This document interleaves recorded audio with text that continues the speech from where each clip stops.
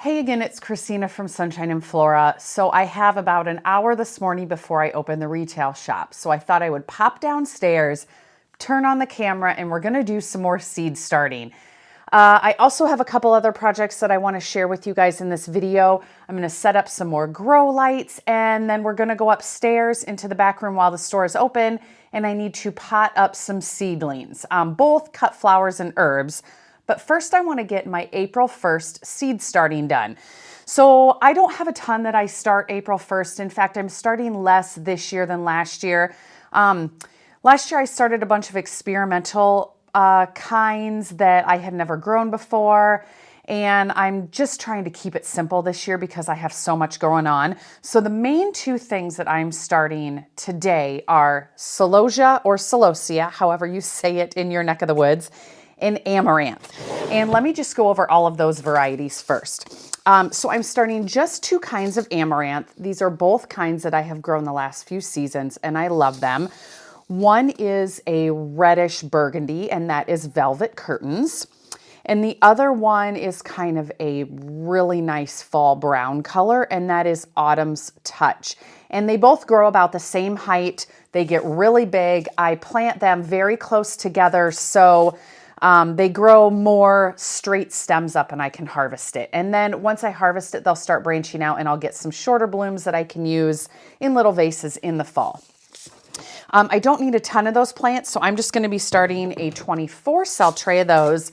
I'm going to start multiple 72 cell trays of the celosia. I just have one made up, but I have a lot of kinds that I am starting. Coffee, definitely a necessity this morning. Oh, I also am going to start something that I got from Flower Hill Farm. Hey Nicole, love your videos. So excited for all the growth that you have had with your company over the last few years. I jumped on Nicole's seed order and I ordered a few different things, but one of them was this Meadow Blazing Star Liatris. I thought these looked so cool and so unique. I may be late getting these started, but I realized they need a cold stratification period. So I've had these in the fridge for, I think, a week. I'm going to start these today too. But let's go over all of the celosia that I am starting. I know there's different pronunciations of everything. One of my last videos, I got a harsh comment on how I said ranunculus. I said it more ranunculus, which I think I hear a lot of people say that. You know, there's regional pronunciations and everyone says things a little bit different. So ranunculus, I apologize. So celosia, here's the varieties that I'm starting. I have a whole bunch. Some are new seeds, some are old seeds. This Geoseed, the Cristata Act Mix, I have just a few I can fill in here. I'm gonna be using those up. The Selway series, this is probably one of the most widely used varieties that I use every year. So I have the Selway White, I have the Selway Red, the Selway Terracotta, and I thought I had the Selway Mix, but I may have used that up last year. Yes, looks like I used that up. So I have 3 colors of the Selway. Then I also have a couple of the flamingo ones. Now these, they're called flamingo, but I use them completely different. So the flamingo feather gets a really pretty plume on the top that is a pale pink, but it dries amazing as an ivory. So I use it fresh and dried. The flamingo purple grows not like an herb, more like a shrub. And I use this for a filler. It's awesome. So totally different than the flamingo feather, but I have found that I really love this as a filler. Then I have a few seeds of Floret left. I have the raspberry lemonade and the sugar spun. So I'm going to use up these seeds. From Johnny's, they came out with their own variety this year. This is called Shimmer. So I'm really excited to use this. This looks amazing. And then I have the Chief Mix. I have some random Pampas Plume Mix. And then from Flora, which is older seed, I can hear there's a bunch in here. This is the Texas Plume Summer Sherbet Mix. or sherbet. I'm probably not saying that right either. You guys are going to make fun of me in the comments this week. Sherbet mix. So I'm just going to start a whole bunch of seeds of all of those. I'm going heavy on the celosia this year for end of season bouquets, but also for drying. I really would like to amp up my dried flower supply for bouquets, but I plan to do a dried flower project for that big end of the season market that I do. So I want to have a lot of dried flowers, mostly straw flowers for that. So let's get this amaranth started first. There's no directions for starting on the geo packets, and so I always just like to Google it and make sure that I'm starting the seeds correctly. Oh, what was that? I just went on my Google, and of course the top picture that comes up is Harrison Ford, my favorite actor. My husband and I, this is totally off the subject, are into that show 1923 right now. It's that spinoff of Yellowstone, and I think this coming weekend is the very last episode. So I'm not going to read that article because I don't want to know anything about it. Okay, that was a total tangent. Okay, how to start amaranth seeds. Sow them thinly, lightly covered with soil. Okay, so they don't have to be surface sown. So what I'm going to do is I'm going to take my dibber and I'm going to make just a slight depression. I'm going to start 2 seeds per cell because I like to double plant these out in my landscape fabric. If I remember correctly, I space these in the landscape fabric 4 to 5 inches apart. Again, getting those nice, tall, smaller stems. And then they branch out from there after I harvest them. So I'm going to start 2 seeds per cell, and I'm going to start more of the burgundy than the brown because I tend to use that one more. I think also I'm just going to get a head start on this misting. This soil seems not quite as wet. Well, I got to put my markers in. If you guys aren't using a garden marker, follow the link below in my Amazon store. These do not fade like a Sharpie. So comment down below also, what kind of things are you guys starting in your gardens right now? I remember last year I was starting maybe like some Chinese forget-me-not, saponaria, some different random things like that.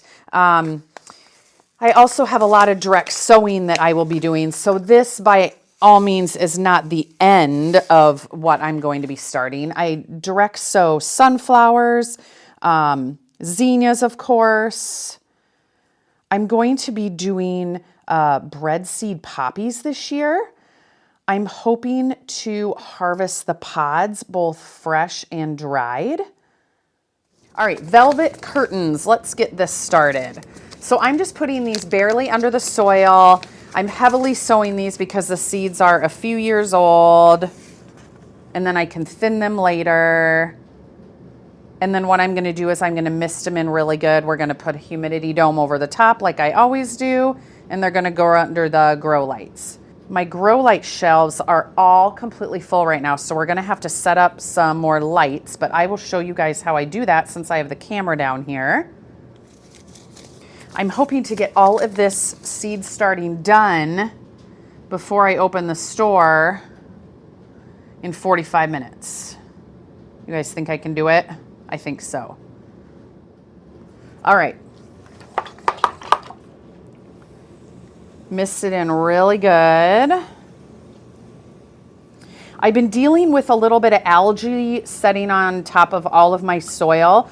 So I need to get a fan set up down here, hopefully add some air circulation. That will hopefully deal with the algae that's setting up, but also it'll move the plants around and strengthen them. So when I start hardening them off and getting them outside, they're just going to be much stronger plants. All right, this one is ready. I'm going to place the humidity dome on the top. We're going to set it aside, and when we get the grow light set up, I will put this on a heat mat and it'll be ready to go. So let's get started with some of the celosia. So the Johnny seed packets always have all the seed starting information that you need. So sow the seeds 6 to 8 weeks before your last frost date. We are right at 6 weeks. Light is required for germination. cover lightly to hold seeds in place. So what I'm going to do is I'm going to go through and just kind of take my finger and smooth out every cell just so that the seeds have a nice flat landing area. I could also cover these with a little bit of vermiculite. Light travels through vermiculite, but the vermiculite will help sometimes with the algae. So I may sprinkle a little bit of vermiculite on top of this as well. But let's start. I'm just going to start with this chief mix. In fact, I'm just going to, let me show you how I do this. And then I'm going to get as many of these sown really quick. And then that way we can continue with setting up on the lights and potting up seedlings. I think I'm just going to do maybe 3 rows of this chief mix. So what I'm going to do, celosia seeds are kind of small, but not super small. So what I'm going to do is I'm just going to put, I think 2 to 3 seeds per cell, basically dropping them on top of the soil. So it's going to go really fast. Okay, so I have dropped 2 to 3 seeds per cell. I need to mark these first 3 rows. Once I have this tray filled, I'm going to mist them in and cover with a humidity gnome again. So this video will continue when we're setting up the extra lights.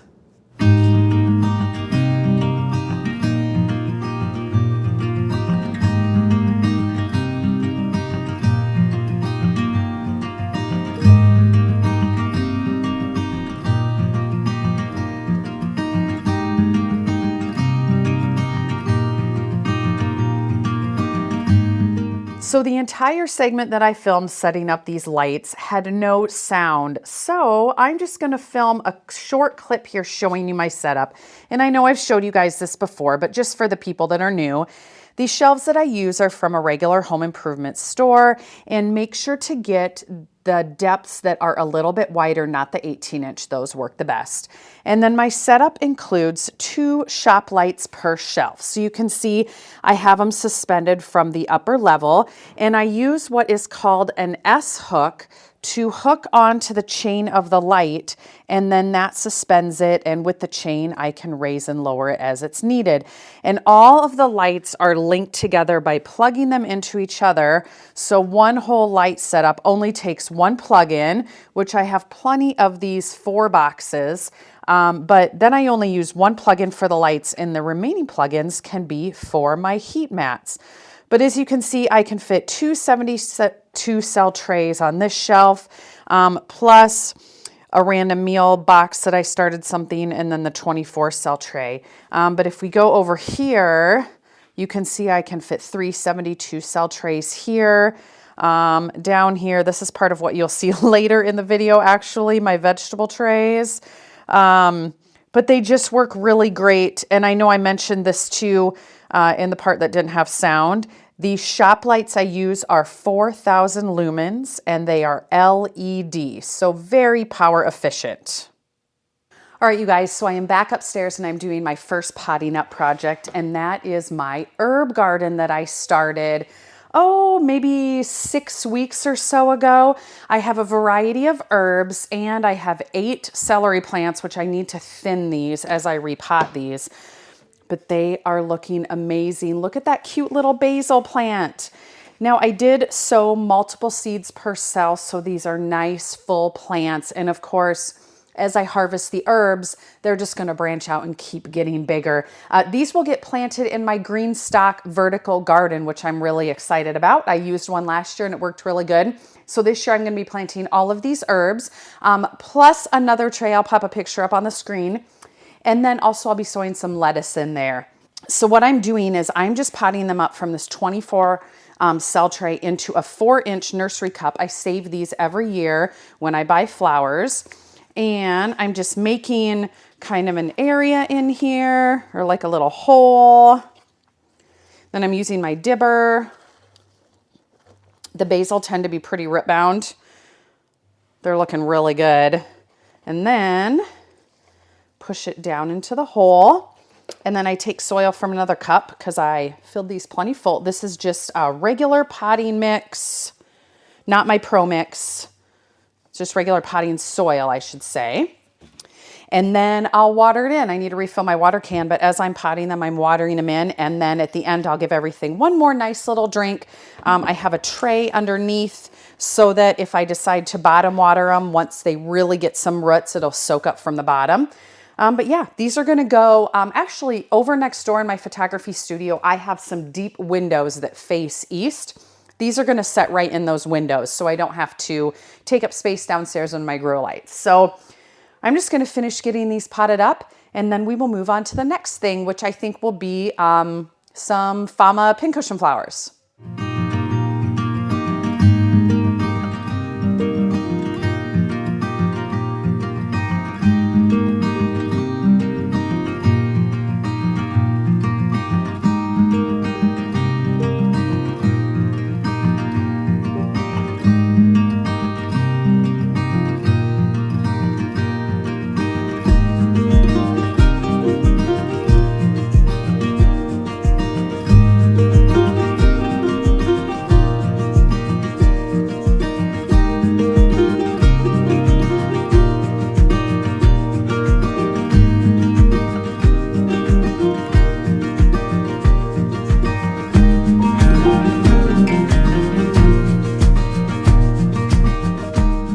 All right, so next up is my Fama pincushion flower, or it's a type of scabiosa.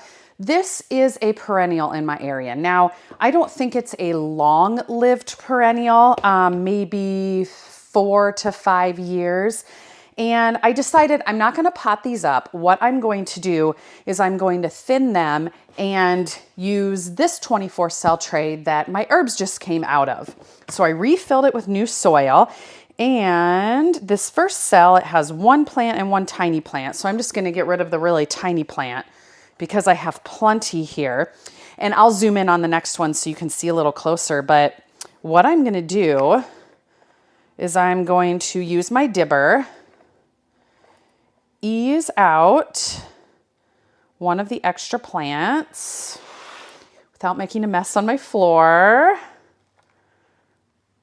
Sometimes the roots are intertwined. You kind of have to pull them apart. Okay, so there's my plant. And again, I'll zoom in on the next one, but I'm just making a spot in the new cell for that and tucking the soil around it. Now, when I take this back downstairs, I'm probably gonna have to add a little bit of soil around each one. This is my Pro Mix. But yeah, that's it. Let me move the camera closer. First though, I want to tuck this guy back in place. Don't want to leave those roots exposed. All right, so this second cell is the one that I just took one out of, but oh my gosh, this first cell has 3 plants. So I need to divide these. So I'm just going to ease it out with my dibber. Kind of make a mess. Okay, so here's one, if you guys can see that. I'm going to put this one in quick and then I will take the next one out. All right, so see, sometimes you have to kind of, oh my gosh, that one came out really easy. Never mind. I was going to say sometimes you have to kind of tease the roots, but there's the plant. So I'm going to tuck this all back in, and I should have brought some of my Pro Mix upstairs. There, actually that's not too bad. This one got planted kind of way over to the side. There. And then I don't know if you can see this little guy. He's pretty little. I'm just gonna get rid of him because I have plenty. So then let's move over, or I'll switch trays here. Here's my empty tray. Oop. So now with my dibber, I'm just gonna make a nice circle. Tuck all the roots down in there.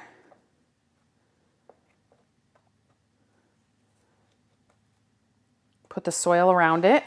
And there, look at all the breathing room these guys have. So now I'm gonna work on getting this tray fully thinned. So in the end, I will have 48 nice plants. I'm gonna do that. I will show you what it looks like when I am done. And then we're gonna move on to some more vegetables.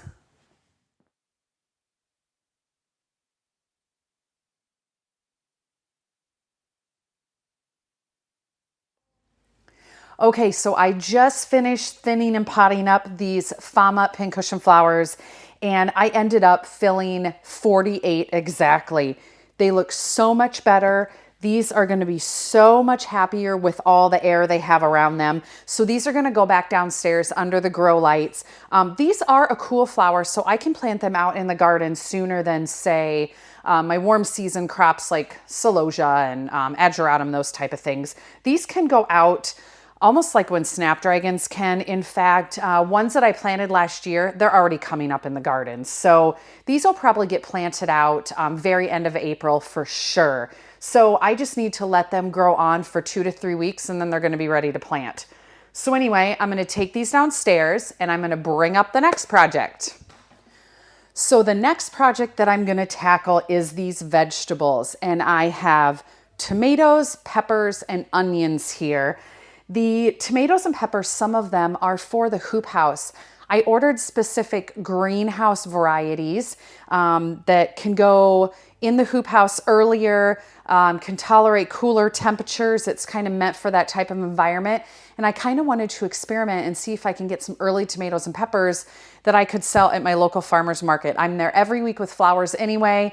A couple of our regular vegetable vendors stopped coming last year because one retired, the other one did a permanent stand. I have a couple more that I have brought in, which are wonderful.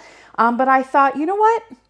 I kind of want to get some early peppers and tomatoes. And if anything, it'll be fun to have for us too. So we're going to be potting up the tomatoes and peppers, so I'll show you that. But the first thing I want to do is take care of these onions. I'm not going to be potting these up, but they do need to be cut back. So what I like to do, let me put the wastebasket in front of me. What I like to do is just give them a haircut. So I'm going to cut off kind of the top couple inches. Just do it over the wastebasket here. There we go. And then that's all you do, and they continue growing, and then these will get planted out in the garden. They will be just fine growing close like this till I plant them out in the garden. You can actually buy them this way in bunches. You order them that way. So these are going to grow on, and then when I plant them out, I will separate them out at that time. So I have 2 containers. Ooh, this one's really dry for some reason. You can tell they're wilted. Goodness. It must not have soaked up the water when I watered everything yesterday. I can smell them. They smell so good. Make sure to get all the tips here. These are a little harder because they're wilted. All right, that one's good. They'll perk back up when I water it. I think I'm just going to stick this under the faucet. And now I need to go fill some pots with soil, and then we will get started on the veggies.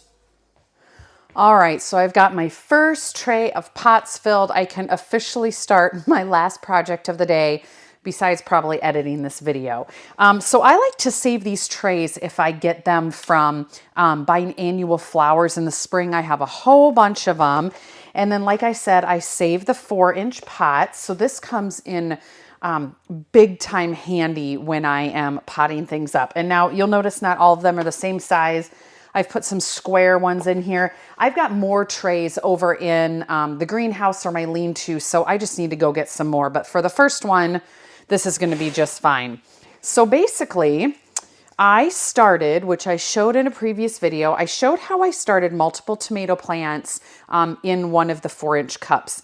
And basically, all I'm going to be doing, which it looks like there are 6 in here, and they all look completely healthy. So I don't know.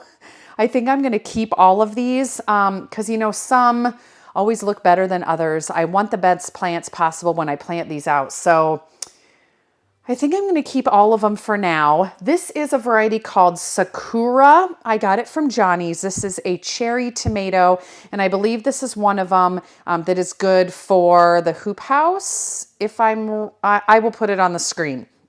But I need to double check, but these all look so good. So I'm going to grab a box, and I'm going to do this over a box so that I don't lose all the soil everywhere. Hold on. All right, here's one of the trays that came from my plant delivery. This is going to be perfect. So I'm just going to take it out of its 4-inch pot, and I'm going to set this aside because I'm going to use that to pot them up. And then I'm just breaking up the soil. This is why I wanted to do it over a box, because I can actually reuse this soil if I want.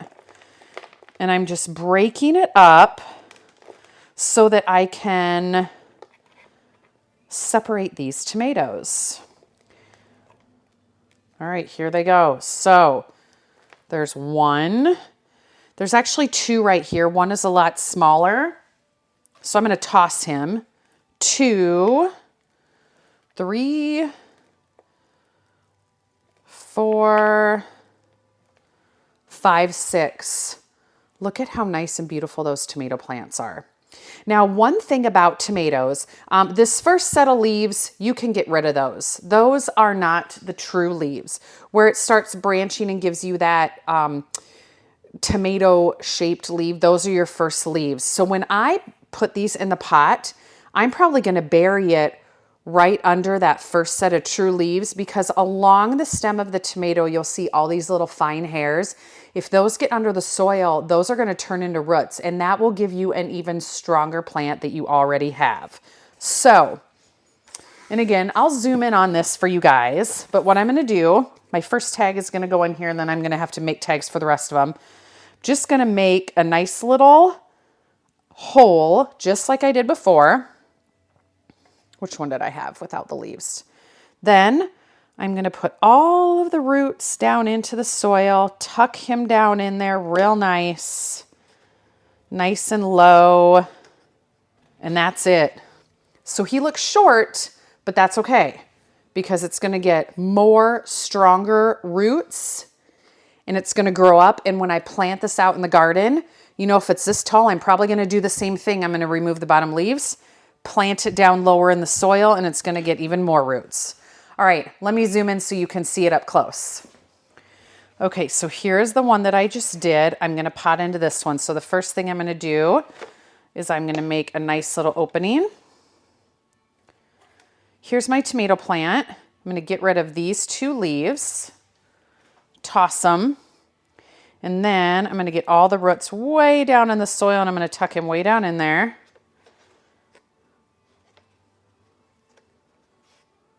There we go. All right, so I'm going to keep doing that with all of my vegetables. I actually think I'm going to end this video here because it's just kind of the same repetitive process. I'm going to thin out the tomatoes or separate them, plant them deeper in the soil, and then the same thing with the peppers. I'm going to separate these. I don't think it's as necessary to plant these down, but you can, just in case, you know, it gives it a little more stabilization if you plant them a little deeper in the soil. I don't think it has the same effect with as many roots as the tomatoes, but my peppers are looking really good. Some of these are greenhouse varieties, some of these are outdoor varieties. So yeah, I'm just going to get all these finished, and I'm going to end this video here. The next video you guys are going to see, I'm getting a bunch of plugs in from Farmer Bailey, so I'm going to film an unboxing. So watch for that in a few days. But I hope you guys are having a good start to your April. Happy spring, everybody, and we will see you soon.